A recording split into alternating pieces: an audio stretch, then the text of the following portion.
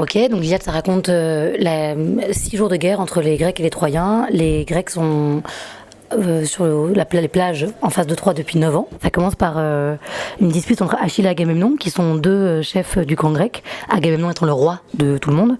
Ils disputent à propos d'une fille, et Achille décide de se retirer du combat, donc de plus aider les Grecs à gagner la guerre contre Troie.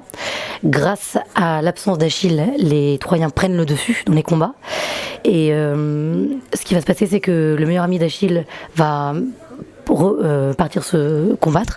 Bon bref, Patrocle est mort, c'est ça? On est là? On en est là? Spoil. Ouais. Ok, donc oui, Patrocle prend les armes d'Achille pour aller combattre à sa place sur le champ de bataille, etc.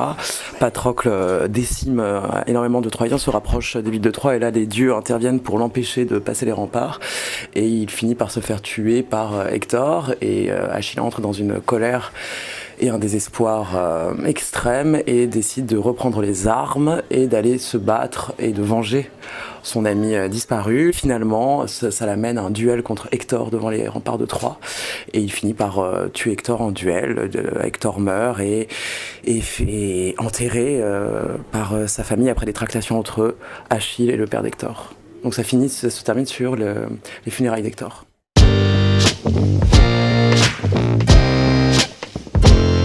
Donc bonjour, moi c'est Florent Dorin, je joue Agamemnon, donc le roi des Grecs, et Héra, la femme de Zeus, et puis Phénix, le précepteur d'Achille, et puis c'est tout. Écube également, la mère d'Hector. Moi je m'appelle Jade, je joue Hector et je joue Thétis. Alors moi je m'appelle Yann Tassin et je joue Ulysse, Hélène, Priam, Poséidon et Patrocle. Tiens. Alors moi c'est Alex, je joue Diomède, Ajax le Grand, Zeus et Andromaque. Voilà. Moi c'est Charlotte, je joue Achille et je joue Aphrodite. Et moi c'est Pauline et je fais la mise en scène.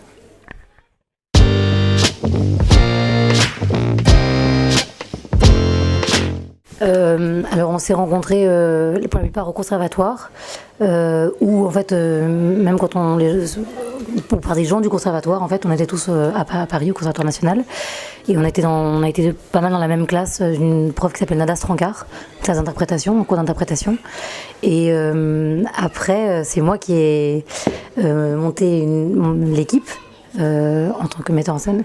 Et je l'ai monté à partir à la fois de personnes avec qui j'avais déjà travaillé, comme Florent et Yann. Et après, tous les gens à qui j'ai proposé ne pouvaient pas. Et donc, du coup, je suis allée rechercher des gens avec qui j'avais travaillé au conservatoire.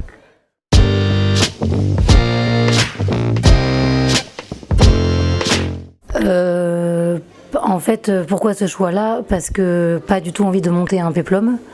Pas du tout envie de monter une parodie, et en plutôt l'envie de travailler les choses à partir de l'intérieur, et du coup du dénominateur commun qu'il peut y avoir entre nous, donc avec qui on est aujourd'hui en 2016, avec juste notre humanité, quoi, tout simplement, enfin en toute simplicité, et les figures de l'Iliade, et de les aborder par l'intérieur et pas par les signes extérieurs à base de boucliers, cnémides et autres javelots.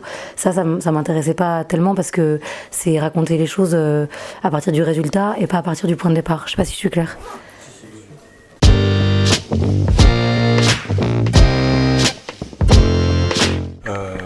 La première étape de travail, donc c'était en août 2015. On a fait une résidence de 10 jours. Et en fait, c'est une résidence qui nous a permis de, on va dire, comprendre un petit peu l'Iliade, parce que notre devoir de vacances, c'était un peu de lire ou relire ce récit. Mais du coup, il fallait que tous on soit bien au clair sur ce qui se passait, les différentes étapes, et puis commencer à envisager des coupes aussi, savoir qu'est-ce qui était prédominant.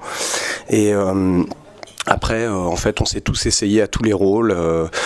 Pauline nous a donné des cadres de travail avec des improvisations, des contraintes. On faisait des choses même tout seul, assis sur une chaise, en imaginant prendre en charge la parole de tel ou tel personnage, voilà, de raconter un peu sa vie, son intimité, etc., pour essayer de s'approprier les choses, de les ramener proches de nous.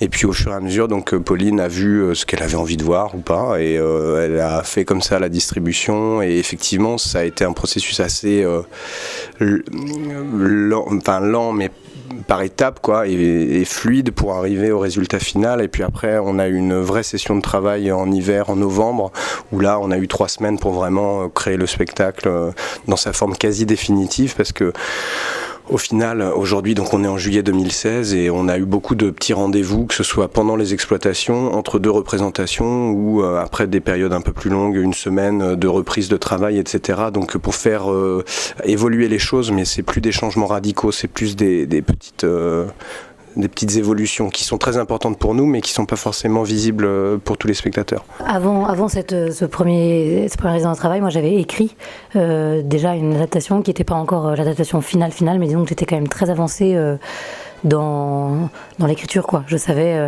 quelle histoire je voulais raconter. Je savais pas exactement comment. Par exemple, c'est pour ça que j'avais pas du tout d'idée de la distribution, etc. Mais j'étais quand même, je partais pas moi c'est-à-dire que je voulais qu'on reparte tous ensemble de zéro. Mais moi, en vrai, je partais pas de zéro.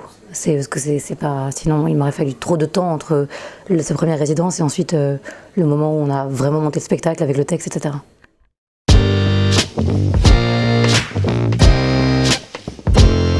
Tout à fait. On va partir en tournée l'année prochaine un peu partout en France, d'octobre à mai prochain. Et j'espère qu'on continuera de tourner ce spectacle sur la saison encore d'après. Voilà. J'aimerais bien en fait le mettre faire un diptyque avec l'Odyssée, d'Homère aussi, qui est la deuxième épopée d'Homère. Et du coup commencer ce travail-là dès l'année prochaine pendant la tournée de l'Iliade. Faire une première résidence de travail un peu avec la même méthode, une première résidence sans que, à partir vraiment du texte d'Homère, et que moi j'ai le temps de finir mon texte, et voilà, et pour le créer en 17-18, enfin la saison 2017-2018. Dans un premier temps, on va se séparer pour aller en vacances. D'abord. Puis on va se retrouver à la rentrée pour entamer cette tournée d'une 40aine de dates.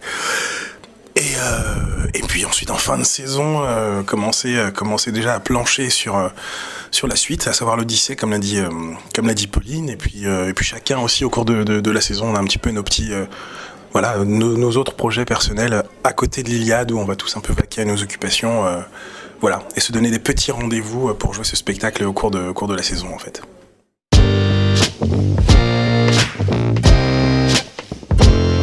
L'endurance, la persévérance, les bars. Ce que je retiens du festival, en l'occurrence moi c'était la première fois que je venais ici, et en tant que spectateur et en tant que comédien. Donc j'ai pu déjà découvrir un petit peu toute l'ambiance du festival et toute cette effervescence. En effet, ça nous met dans des conditions un peu extrêmes pour jouer, ce qui est un peu intéressant pour voir un petit peu aussi comment on combine un peu ce qui est notre devoir en tant qu'interprète et nos limites aussi par rapport à la vie inhérente à ce festival. Et aussi ça a éveillé la conscience au niveau du fait que déjà nous on savait qu'on continuerait un petit peu à tourner ce spectacle, mais là de voir un petit peu comment le public rencontre ce spectacle un petit peu en dehors de Paris, c'est aussi agréable en fait de se rendre compte un petit peu comment ça peut toucher les différents publics, les différentes populations de gens ici à Avignon. Donc voilà un peu le bilan de la chose.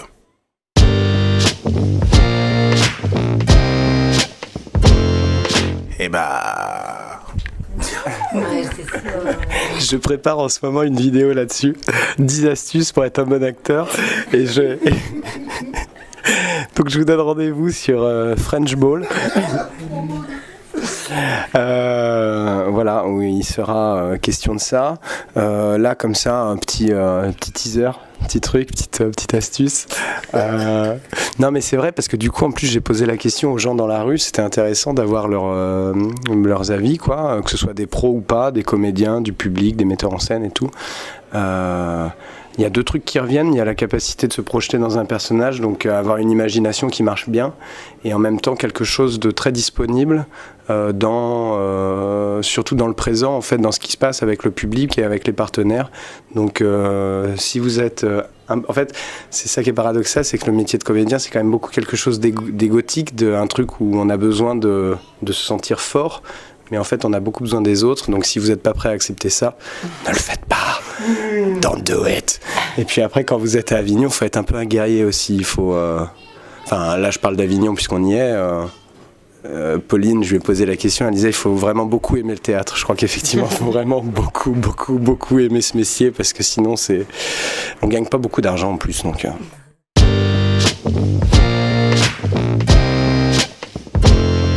Vive les Grecs. Vive les Troyens. Vive les Grecs.